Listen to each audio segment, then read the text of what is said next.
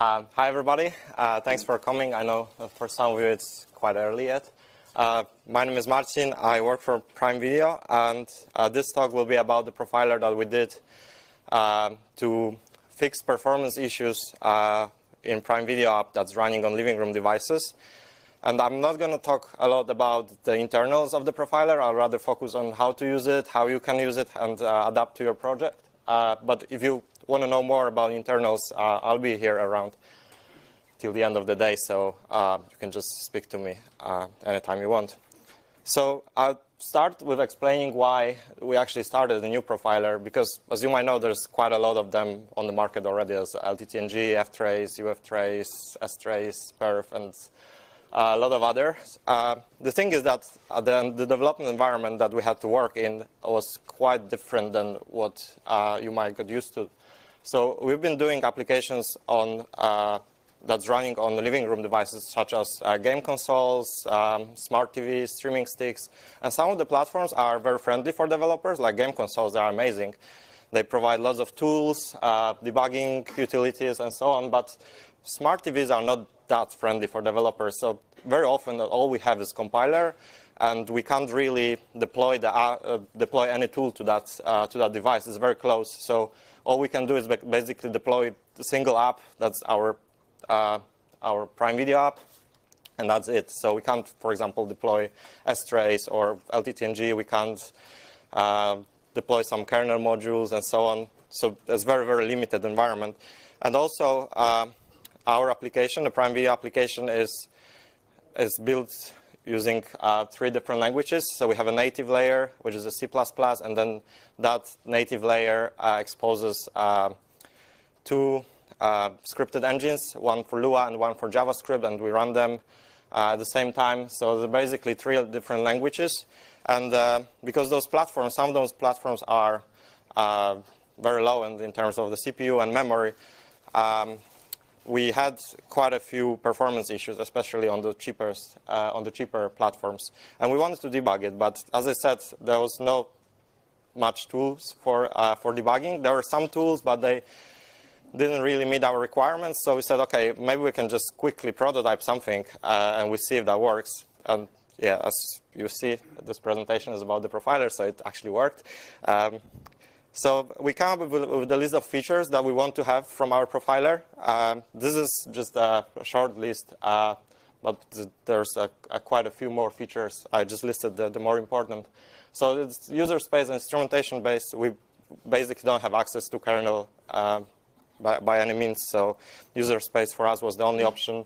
Instrumentation based, we can't really deploy a second daemon that, I don't know, for example, checks traces every second or so. So everything had to be built into the application. Since our application is written in C and JavaScript and Lua, we decided that we're going to write it in C++ or C, but it should be available for those languages as well in somehow by providing a bindings layer or so on. Also, because we port to different platforms, those platforms are very different to each other. Some of them have different operating systems, different CPUs, even different NDNS. So it should be easy to port this profiler to all the platforms that we support by Prime Video. Low overhead, I think this is something that all the profilers are trying to achieve. We wanted to measure timings because that's what usually people think of when they do profiling. How long does it take to execute a function? But apart from that, we also wanted to measure other metrics like memory usage, CPU usage, how many HTTP calls we've done, and so on. And the other thing that we wanted to achieve, we had a group of people who were very into performance and were responsible for fixing performance issues, but we wanted also other developers to use profiling tools on a daily basis. So while they're writing the code, they can focus on performance as well, so we don't have to do the job afterwards. So we wanted to provide consistent user experience across different platforms. So no matter what application, what device you're developing on, whether this is a streaming stick, web, game console, smart TV, you always have the same tool. So it's easier. They just need to learn one tool and they can use it for all the different projects. So that was a list of features, and we come up with a very simple high-level design. We have a profile device that's running the application. We have HawkTracer library attached to that application that generates a binary stream of events. We call it htdump stream, and then we have a client which is on the developer desktop that's converting this byte stream to some human-readable form, like, for example, Chrome trace format, flame graphs, or you can, as I'll show you later in the demo, you can build your own client very easily to do some other visualizations that our client doesn't provide. This is a bit more detailed diagram. So there's an app. This app has the HawkTracer library linked. And HawkTracer has a timeline. A timeline is essentially a buffer, and application pushes events to this buffer. These events are serialized, and then once the buffer is full, we push it to a listener, and the listener is basically a function callback, so that then the listener decides what to do. And HawkTracer by default provides two listeners. It's either it stores the stream to a file, or it can send it over TCP/IP. But you can extend it. I don't know, if you want to send the stream over a serial port, for example, you can do that. And then the stream goes to the developer desktop, and again, we provide the library. It's written in C++ and has Python bindings that deserializes the stream of events and provides you nice data structures in your language. So then you can build your client. And we already provide the HawkTracer converter client that converts this binary stream to some common trace formats. We also have the library that's written in Rust. It's not really experimental because I know people already use it, and I'm going to use it today during the demo. So if that's going to work, then it won't be experimental anymore. Hopefully it will work. So I mentioned here, you see that there is a timeline, and the timeline is conceptually is a buffer, but it actually is a little bit more, and you need to provide some configuration for that timeline. And so to simplify this process of creating the timeline, HawkTracer provides a global timeline, which is quite efficient. It's kind of multiple timelines, actually. It's timeline per thread, so if you push events to the timeline, we don't require any locks because it's you have an instance per thread, so there's no problem with data races and so on. And you can easily access it by just calling htGlobalTimelineGet function. I recommend just using that. To be honest, I don't think in my real projects I ever use a different approach, so it's probably good enough. So I mentioned that the basic data unit in HawkTracer is an event. So you can we have quite a few events defined in HawkTracer, event types, but you can define your own.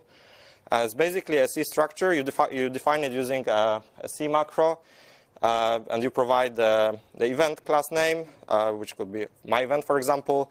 It supports inheritance, so all the events must eventually inherit from HT event, which is a very base class, and then you provide a set of fields that you want to have in this event, and you define it by three properties as a type, as either integer, string, struct, float, double, or pointer, I think. Then you provide the actual C type of that and the name, and that converts to the C structure. And additionally, it generates automatically a few helper methods, like, for example, a method for serializing the event. So when you have this event and you want to push it to the byte stream, this macro already will generate a function that does it for you. And then when you already have the event, if you want to push the instance of this event type to the timeline, you just call htTimeline push event macro. You pass the timeline as the first parameter. The second parameter is the name of your function of your event type, and then all the values, all the fields, and that's pretty much it. So I said that before that we provide the client that parses the binary stream, but then I said that you can write your own event type. So you might be wondering how the client knows how to deserialize those new event types. And for that purpose, we divided the event stream into two substreams. There's a metadata stream that describes all the types, and there's the actual event stream with all the values. And since everything in HawkTracer is an event, even the definition of the event is event as well. So we have special events that describe your type, and the first event is just describing the name and the number of fields that you have. And then you have each new event for each field of this class. So in that case, we'll expect one event for class info event and 3 events for class field info event. And in class field info event, we provide information like the field type, field name, the size of that field, and the data type, whether it is a string, integer, struct, and so on. And this, both streams are serialized as a byte stream. So you can see that basically it's just like 30 or 40 bytes for those events. And then eventually you have the actual event, and this event has a type. So it's number 9. As you can see, the class ID is 9 here, and the info class ID 9 again. So all of them are kind of connected to each other by this identifier. And it's important that you first need to send the definition of the event type before you actually send the first event of this type, because otherwise the parser doesn't know how to parse this event. And yeah, but the HawkTracer does everything for you. So it's just. Can I ask a question? Yeah, go ahead. If the parser loses sync with the byte stream, is there a way for it to regain sync later? So no, at the moment it's not possible. I'm working on improvement that it will be actually possible, but at the moment, if you lose the metadata stream, yeah, there's a problem. So yeah, but I'm aware of this problem and we'll be working on that. Okay, so I mentioned that we also want to measure time, and that was actually quite important requirement for us. So to make it even easier, we have predefined event types that are already for measuring time. They take a label, and they take the duration and the timestamp. And we have a macros that automatically generate those events and push them to the timeline. And so for C++, depending on what you want to do, if you just trace the whole function, you just put this macro httrace function at the beginning. And if you just want to trace the random scope, there's httrace. There's a few more macros that are more optimized for that. For example, they have some hash maps, so you don't have to send the string every time for every event. It's even more optimized version that uses some tricks with static thread local objects. So even hash map is not necessary for some of them. It's documented, so I don't want to spend much time on that. And we did bindings for a few languages. For now, the public one is Python and Rust. We have one for JavaScript as well. It's not ready yet to be published, but we'll do that in the future. And for Lua as well. So this is how you do that in Python. You import the trace decorator, and you just put it for the function that you want to trace.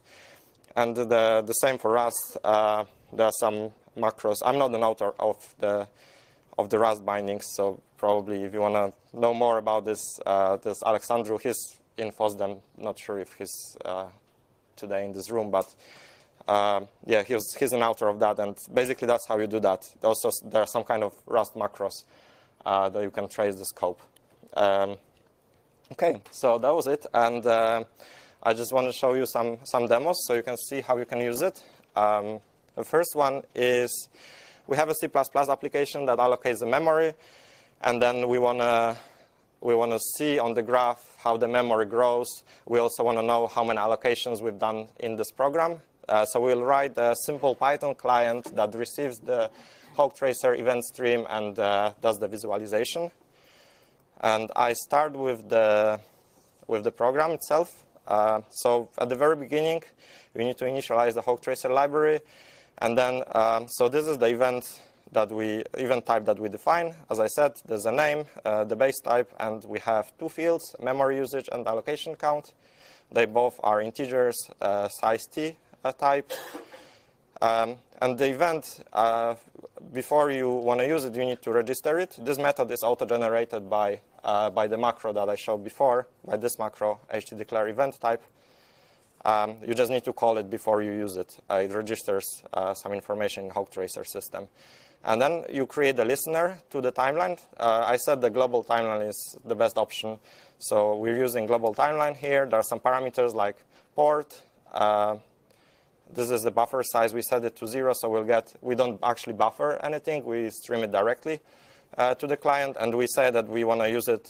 We want to use TCP client, so we can stream it directly to the client, and we can get the real data. HawkTracer already provides functions to get the memory usage. It also provides some functions to trace the allocation. So you just need to provide a callback. This is for malloc, pre-malloc, then it's post-malloc, pre-realloc, post-realloc, and so on and so on. We are only interested in pre-malloc hooks, so we register that. And this is basically our function. We get the memory usage. We get the allocation count, which is read in the other callback. So here, this is our malloc callback. So we increase the allocation count every time somebody calls malloc. So we get that all in the context object. And that's basically what we do. We push the event. So this is our type. Those are our values. And this is the memory usage, virtual memory usage, and this is the allocation count. And this is the client. It's written in Python. All we need to do, we need to start the client, the HawkTracer client. We say, OK, listen to 8765 port on this IP address. This is the animate method. That's basically that does the drawing the graph. But the most interesting bit is this one. So this is basically how we read events from HawkTracer. This is our client, so we're waiting for end of stream. If it's not, then we pull an event. If there is an event in the queue, we check the first. This is a tuple, and the first element of the tuple is the event name. So we check if this is the event that we want, and if so, we get the timestamp, we get the allocation count, and we get the memory usage.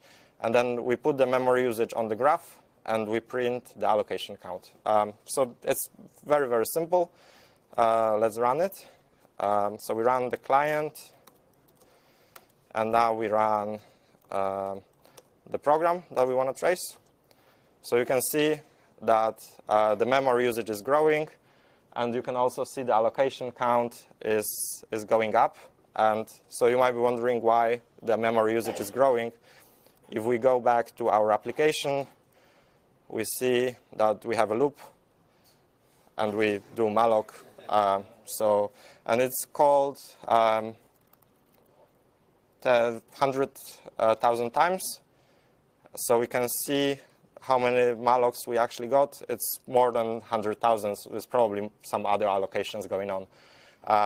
And this is the graph. So that's how you can get the real data from the HawkTracer by defining your own event. It doesn't have to be memory usage. You, for example, can trace the number of HTTP calls, for example, and so on. So that was the first demo. The second one is going to be more complex a little. I want to show you how you can trace multiple languages at the same time, because that was our real use case. We had application written in C++, and then we run Lua and JavaScript on top of that.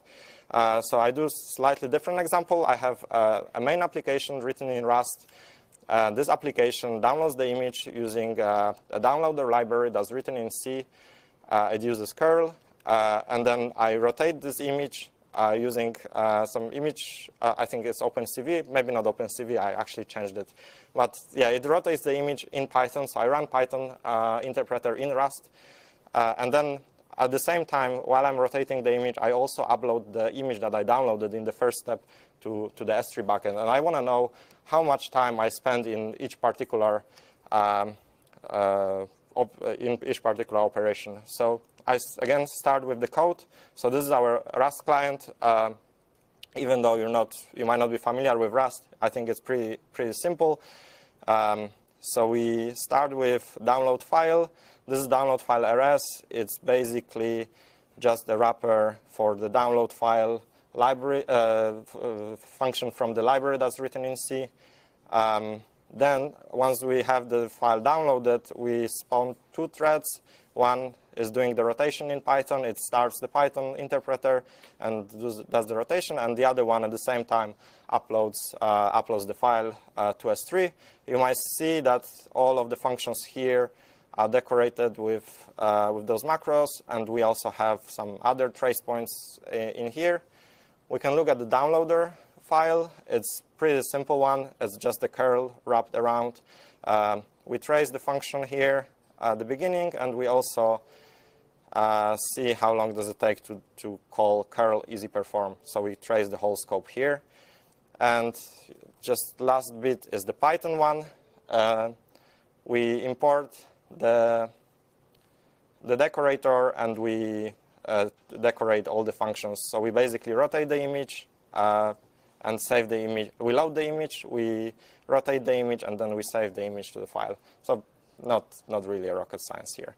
It's important that if you want to run it with Python, this environmental variable needs to be set. Otherwise, the Python bypasses all the trace decorators. So it doesn't have much impact on the performance if you disable that. So you can even have it in the production code.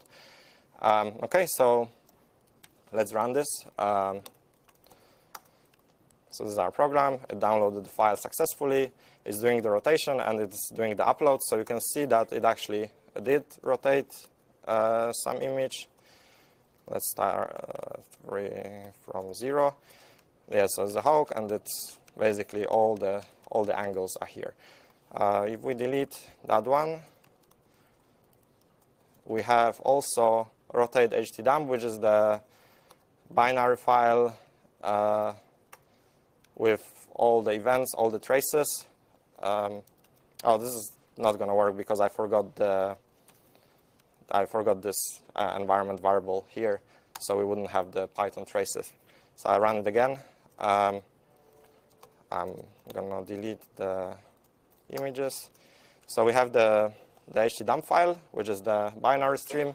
We can now use HawkTracer converter. This is the one that's experimental, so hope it's working. And we generate the Chrome trace format, so we say it would be output.json. Okay, it converted, so now you can use the tool that's deployed with Chromium, and you see that first we have 3 threads here, 1, 2, 3. That's exactly what we had because we had the main thread, and then we spawned 2 extra threads for rotate and for upload. This is the first bit that's in C++ or C. We download the file, there's HTTP request, and then just after that we start rotating Python, and those trace points here, those are from Python. Save image, rotate, main. Those trace points are from Python. And this one, upload to S3, is in Rust. So as you can see, you can trace, you can have everything in one trace file, and you can easily analyze what's going on in the program. You can also convert it to flame graphs.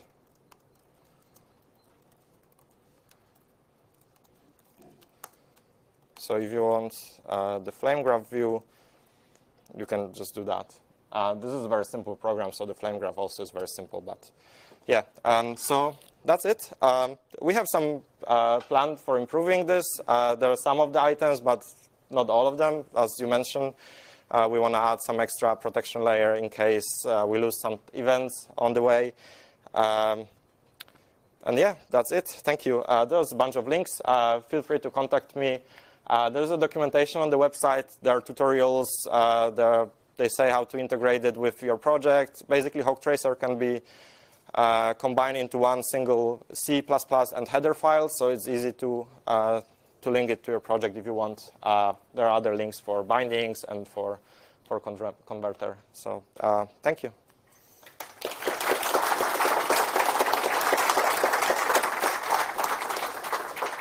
And I think we'll have 1 minute for questions, but if that's not enough, then I'll be around. Okay? Yeah. Which methods, like you showed TCP now, right? Mm-hmm. So in addition to TCP, what do you currently natively do? So this is the TCP that we use in the first demo, and the file, which was used as the second demo. Okay. Yeah, so those are natively supported at the moment. Something like serial, and you have to deploy it. Sorry? So if you want something like serial Yeah, you need to write it on your own. So, sorry, the question was what listener types we support, and my answer is currently we support file and TCP listeners. Yeah. Thank you.